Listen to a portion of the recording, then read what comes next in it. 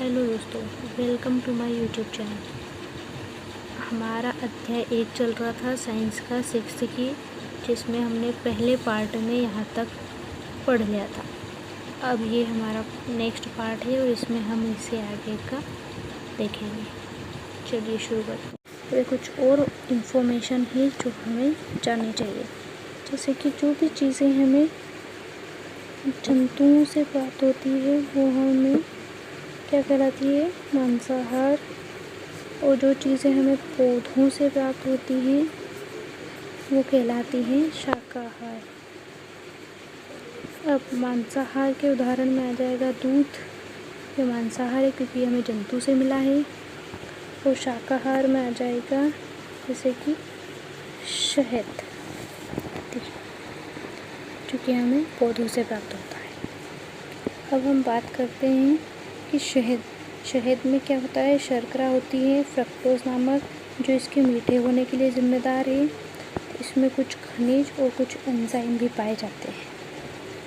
अब बात करते हैं कि हम पौधे के कौन से भाग को खाते हैं, उसके उदाहरण के साथ। देखिए, सबसे पहले हम बात करते हैं जड़ की। तो जड़ में हम क्या लेते हैं, मूली, गाजर, चुकंदर, ये चीज़ें हम जड़ के रूप में ग्रहण करते हैं। अब बात करते हैं तना। तो तने में हम क्या क्या लेते हैं, आलू, अदरक, शकरकंद, प्याज, गन्ना, लहसुन, हल्दी, ये सब हमें पौधे के तने से प्राप्त होती हैं, जिनका हम भोज्य पदार्थ के रूप में उपयोग करते हैं। और बात करते हैं पत्ती। तो पत्ती में आ जाएगा पालक, मेथी, धनिया, हरा धनिया, सरसों, चौलाई इत्यादि चीज़ें हम पत्ती के रूप में ग्रहण करते हैं, पौधे के कुछ मुख्य भाग। अब फल भी हम कच्चे फल हो गए जैसे आम, अमरूद, केला, नारंगी आदि। और सब्जी के रूप में भी कुछ फलों का यूज़ करते हैं जैसे कद्दू, लौकी, भिंडी, टमाटर आदि। कुछ पौधों के हम बीज भी लेते हैं, जिसमें आ जाता है चावल, दाल, गेहूँ, दलहन, तिलहन आदि। ये कुछ चीज़ें थी जो आपको जाननी ज़रूरी थी। देखिए, पहेली और बूझो हमें कुछ बता रहे हैं। चलिए देखते हैं। अपने आसपास के अनजान पौधों पर यह देखने के लिए परीक्षण न करें वे खाने योग्य हैं। कभी कभी पौधे विषैले भी हो सकते हैं। मतलब हमारे आसपास के जो पौधे होते हैं उनका परीक्षण न किया जाए वो खाने योग्य, क्योंकि वो विषैले हो सकते हैं और उनसे हमारी जान जा सकती है। चलिए आगे देखते हैं। क्रियाकलाप 5। मूंग अथवा चने के कुछ सूखे बीज लीजिए। अब इनमें से कुछ बीजों को जल से भरे एक पात्र में डाल दें तथा 1 दिन के लिए छोड़ दें। मतलब मूंग या फिर उनमें से चना, दोनों में से किसी एक के कुछ बीजों को लेना है अपने को और उनको पानी से भरे हुए किसी मटके में या किसी ऐसे बीकर वगैरह में डाल देना है और 1 दिन के लिए छोड़ देना है। फिर अगले दिन क्या करना है, पानी को पूरी तरह से निकाल दें और बीजों को गिलास में ही रहने दें। मतलब जिस कंटेनर में, जिस बीकर में हमने वो लिए थे उनको उन्हीं में रहने देना है। फिर उन्हें गीले कपड़े में लपेटकर एक ओर रख दो। क्या आप बीजों में कुछ परिवर्तन देखते हैं? क्या एक छोटी सी सफ़ेद संरचना बीजों से बाहर निकल आती है? यदि हाँ, तो बीज अंकुरित हो गए। मतलब जब हम चनों को या मूंग को पानी में 1 दिन के लिए छोड़ते हैं, उसके बाद जब पानी निकालते हैं तब हम देखते हैं कि वे अंकुरित हो गए, यानी कि उनके जो मुंह तरफ ना एक सफ़ेद संरचना निकल जाती है कुछ वाइट कलर की, उससे वे पता चलता है कि बीज अंकुरित हो गए। और यदि नहीं तो बीजों को पानी में धोएं, फिर पानी निकाल दें और गीले कपड़े से ढककर अगले दिन के लिए उन्हें छोड़ दें। यदि 1 दिन में ऐसा नहीं होता है ना, तो फिर हमें क्या करना है कि बीजों को पानी से धोना है, पानी निकाल देना है और उसके बाद गीले कपड़े से ढककर अगले दिन के लिए उन्हें रख देते हैं। अब क्या उस दिन आपको बीजों से बाहर निकलता हुआ एक छोटा सा अंकुर दिखाई देता है? ऐसा अवश्य होगा। जब पहले दिन अगर ऐसा नहीं हो पाया होगा ना, तो दूसरे दिन ज़रूर से आपको अंकुर दिखेंगे। वो जो सफ़ेद संरचना होती है उसको हम अंकुर कहते हैं। अंकुरों को सावधानी से धोकर खा सकते हैं, इनको उबाल भी सकते हैं और इनमें कुछ मसाले मिलाकर खाने पर हमें एक स्वादिष्ट अल्पाहार भी मिल जाएगा, जिसे हम सुबह सुबह नाश्ता के रूप में ले सकते हैं। देखिए अब आगे बढ़ते हैं। ये अंकुरित चना, ये दिख रहा है हमें, ये सादा चना है, ये अंकुरित चना है। ये जो सफ़ेद सफ़ेद संरचनाएं दिख रही हैं, ये अंकुर है। देखिए, क्या आप जानते हैं कि शहद कहाँ से आता है या कैसे उत्पादित होता है? क्या आपने एक मधुमक्खी का छत्ता देखा है जहाँ बहुत सी मधुमक्खियाँ भिन बनाया करती हैं?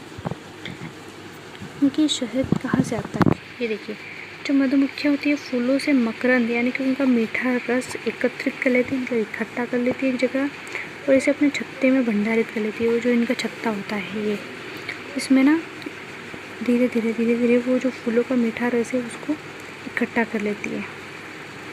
फूल और उनका मकरंद वर्ष के केवल कुछ समय में ही उपलब्ध होते, अतः मधुमक्खियाँ इस मकरंद का भंडारण कर लेती है ताकि पूरे वर्ष इसका उपयोग कर सके।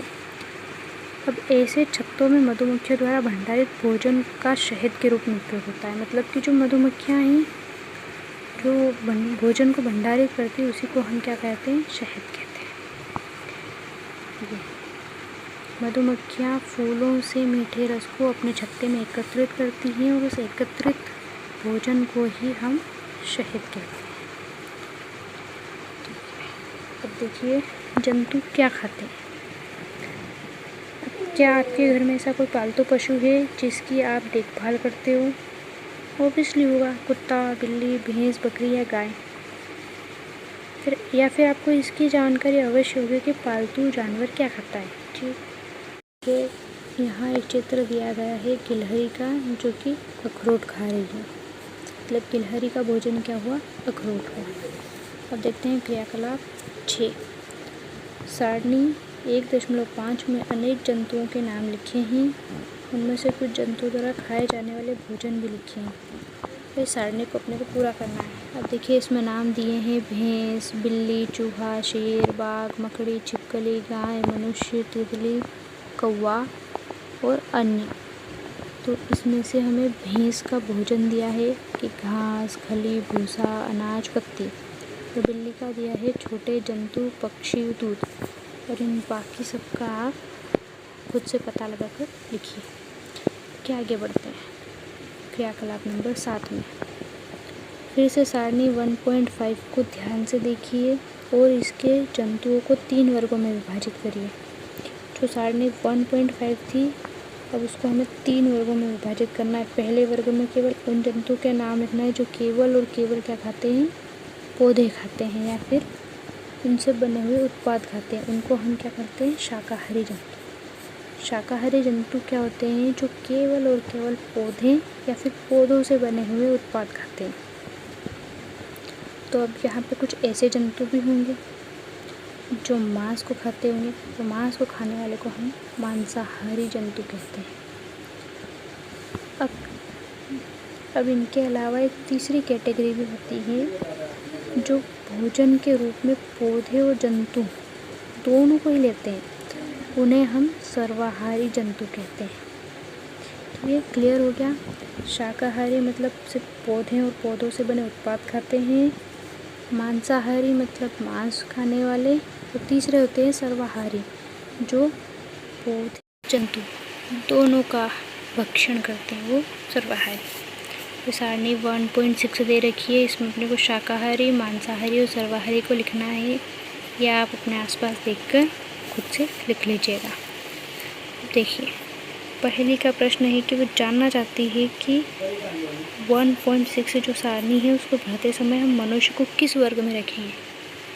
तो देखिए जो मनुष्य है, मनुष्य जो है ना वो आएगा सर्वाहारी में।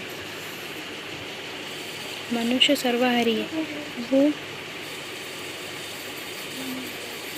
जंतु उत्पाद यानी कि मांस और पादप उत्पाद यानी कि जो पौधों से बनते हैं, जैसे कि दाल वगैरह, वो भी लेता है। तो वो शाकाहारी और मांसाहारी दोनों कैटेगरी में आता है।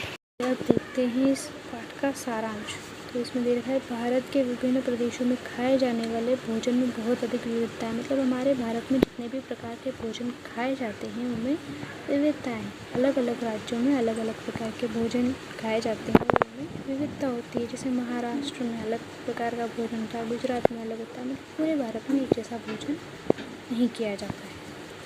अब हमारे भोजन का जो मुख्य स्रोत है वो पौधे और जंतु है। अब बात करते हैं हम शाकाहारी की, तो जो केवल पादप को ग्रहण करते हैं वो शाकाहारी, और जो जंतुओं को खाते हैं वो मांसाहारी, वो जो पादप और जंतु दोनों को खाते हैं वो सर्वाहारी रहते हैं। अब यहाँ एक और परिभाषा है कि अपमार्जक यानी कि मुर्दाखोर क्या होते हैं।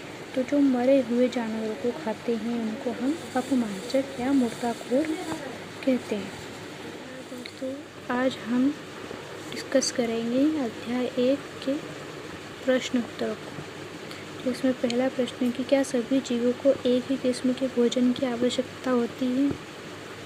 नहीं, हम मनुष्य को अलग प्रकार के भोजन की आवश्यकता होती है, जंतुओं को अलग प्रकार के भोजन की आवश्यकता होती है, जिसमें से गाय शाकाहारी होती है, शेर मांसाहारी होता है, हिरण शाकाहारी होता है, वो पेड़ पौधे की पत्तियाँ खाता है। ऐसे ही अलग अलग प्रकार के जीवों को अलग अलग किस्म के भोजन की आवश्यकता होती है। सभी का एक ही भोजन नहीं हो सकता है। अब बात करते हैं दूसरे प्रश्न की कि 5 पौधों के नाम लिखिए तथा बताइए कि इनके कौन कौन से भाग का उपयोग खाद्य पदार्थ के रूप में होता है। 5 पौधों के नाम बताने हैं और उनके खाने के भागों के नाम बताने हैं, जिसमें पहला है सेब का पेड़, इसका हम फल खाते हैं। चुकंदर इसकी जड़ों को खाते हैं। पालक इसकी पत्तियां खाते हैं। आलू इसका तना खाते हैं तथा गेहूं का पौधा इसका हम बीज खाने में उपयोग करते हैं। चलिए अब देखते हैं तीसरा प्रश्न। इसमें कहा है कि कॉलम 1 के खाद्य पदार्थ का मिलान कॉलम 2 से करना है। जी देखिए हमने पहले से कर रखा है। देखिए पहला दे रखा है दूध, दही, पनीर, घी, ये सब क्या है? जंतु उत्पाद हैं। दूसरा है पालक, फूलगोभी, गाजर, ये सब सब्जियां हैं। शेर और बाघ ये जंतु को खाते हैं। और जो शाकाहारी हैं वो पादप और पादप उत्पाद खाते हैं। देखिए सुविधा के लिए हमने इधर नंबरिंग कर दी है, तो इधर भी नंबरिंग करने में आसानी है। चलिए अब बढ़ते हैं अगले प्रश्न की तरफ। अगला प्रश्न है रिक्त स्थान की पूर्ति कीजिए। तो हमने पहले से कर रखा है। देखिए पहला है बाघ एक मांसाहारी है क्योंकि वो केवल और केवल मांस खाता है। दूसरा हिरण केवल पादप उत्पाद खाता है इसलिए वो शाकाहारी है। तोता केवल पादप उत्पाद खाता है। अगला है जो दूध हम पीते हैं वह गाय, भैंस या बकरी से प्राप्त होता है इसलिए ये क्या है? ये जंतु उत्पाद है। अगला और आखिरी है कि हमें चीनी किससे मिलती है? हमें गन्ना से मिलती है। चलिए इसके साथ अध्याय 1 ख़त्म होता है और हमने इसके प्रश्न उत्तर भी देख लिए। अब मिलते हैं अगले चैप्टर में। चलिए।